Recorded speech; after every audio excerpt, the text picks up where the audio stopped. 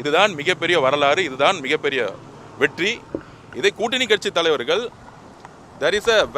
ஒரு ஆக்ஷன் வந்தால் ஒரு ரியாக்ஷன் இருக்கும். 4 நாட்களாக முதல்வரை பார்த்து தலையில் இடியே விழுந்தாலும் அவர் பேச மாட்டாரான்னு சொல்லி 3 நாட்களாக ஒரு எள்ளி நகையாடிய திமுகவை பார்த்து மரபு என்னன்னு ஏன் கேட்கல?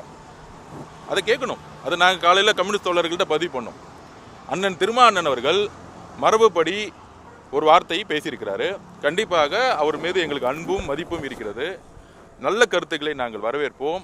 4 நாட்களாக சட்டமன்றத்தில் நடந்த காட்சிகளை அண்ணன் திருமாவண்ணன் அவர்கள் பார்க்க வேண்டும். முதலமைச்சரை குறித்து அவதூறான சொற்கள் என்ன பேசினாருன்னு பார்க்கணும்.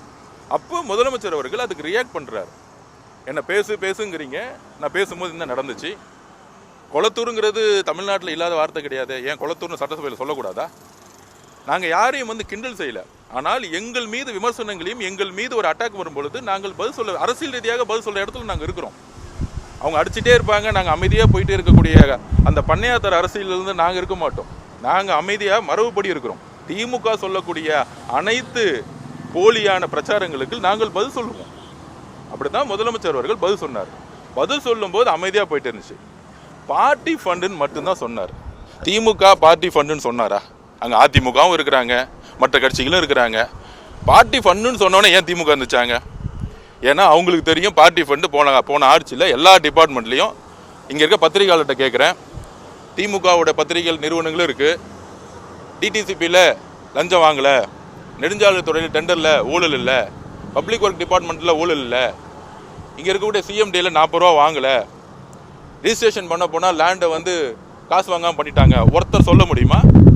துறை ரீதியாக எப்படி ஸ்கீம் போடுவாங்களோ, மக்களுக்காக திட்டங்கள் போடுவாங்களோ, அதே மாதிரி ஊழலுக்குன்னு ஸ்கீம் போட்டிருக்காங்க. இந்த டிபார்ட்மெண்ட்டுக்கு 9%, இன்னொரு டிபார்ட்மெண்ட்டுக்கு 14%. அது ஃபேமிலி, முதல்வர் ஃபேமிலி முடிஞ்சால் மினிஸ்டர் ஃபேமிலி, மினிஸ்டர் பிஏக்கள். இந்த புரோக்கர் சிஸ்டத்தை சட்டசபையில் நீங்கள் வாங்க, இங்கே செக்ரட்டரியேட் வாங்க, எல்லாத்தையும் ஒழிச்சிருக்காரு. இன்னைக்கு இருக்கக்கூடிய நெடுஞ்சாலைத்துறையில் டெண்டர்கள் பார்த்தீங்கன்னா எல்லாம் ஆன்லைன் மயம் பார்க்கப்பட்டிருக்கு. இது வரைக்கும் எந்த கான்ட்ராக்ட் நான் பார்க்கவே இல்லை. இதை நாங்கள் சேலஞ்ச் பண்ணுறோம். ஏன்னா முதலமைச்சர் வழியில் நாங்கள் இருக்கிறோம். இங்கே இருக்கக்கூடிய நம்ம சகோதரருடைய பல்வி கல்வித்துறையில் ஒவ்வொரு ஸ்கூல்லையும் ரெனுவல் ஃபீஸுக்கு எவ்வளோ வாங்கினாங்க? நிமிர்ந்திருந்து சொல்ல முடியுமா? திரு மகேஷ் பொய்யாமொழி அவர்கள் நான் காசே வாங்கணும்னு சொல்ல முடியுமா? சொல்லுங்க. எல்லா ஸ்கூல் 1000 ஸ்கூல் 1000 ஸ்கூலுக்கு 25 லட்ச ரூபா காசு வாங்கியிருக்காங்க. இதை பொதுமக்களுக்கு தெரியும். இதை சட்ட ரீதியாக ப்ரூவ் பண்ண முடியுமானா அதுக்கான காலத்தில் ப்ரூவ் பண்ணுவாங்க. கண்டிப்பாக சட்ட ரீதியாக அந்தந்த ஏஜென்சி ப்ரூவ் பண்ணும். ஆனால் மக்கள் மன்றம் முன்பு போன அரசு எப்படி இருந்துச்சு, என்னுடைய அரசு எப்படி இருக்கு, முதலமைச்சர் விளக்கம் கொடுத்துட்டு இருக்கார். அதை ஏன் சொல்றாருன்னா, லைவ்ல போட்டு நேரலையில் தைரியமா மைக்க பிடிச்சி சொல்றாரு. ஒருவேளை ஊழல் இருந்தால் அப்படி சொல்ல முடியாது, நேரில் இருக்காது. முதலமைச்சர் தைரியமா மைக்க பிடிச்சி நாங்க தொட மாட்டோம் அப்படின்னு சொல்றோம்னா அதுக்கு ஒரு துணிவு இருக்கு. அதுக்கான அரசு இன்றைக்கு தெளிவாக நேர்மையா இருக்கு.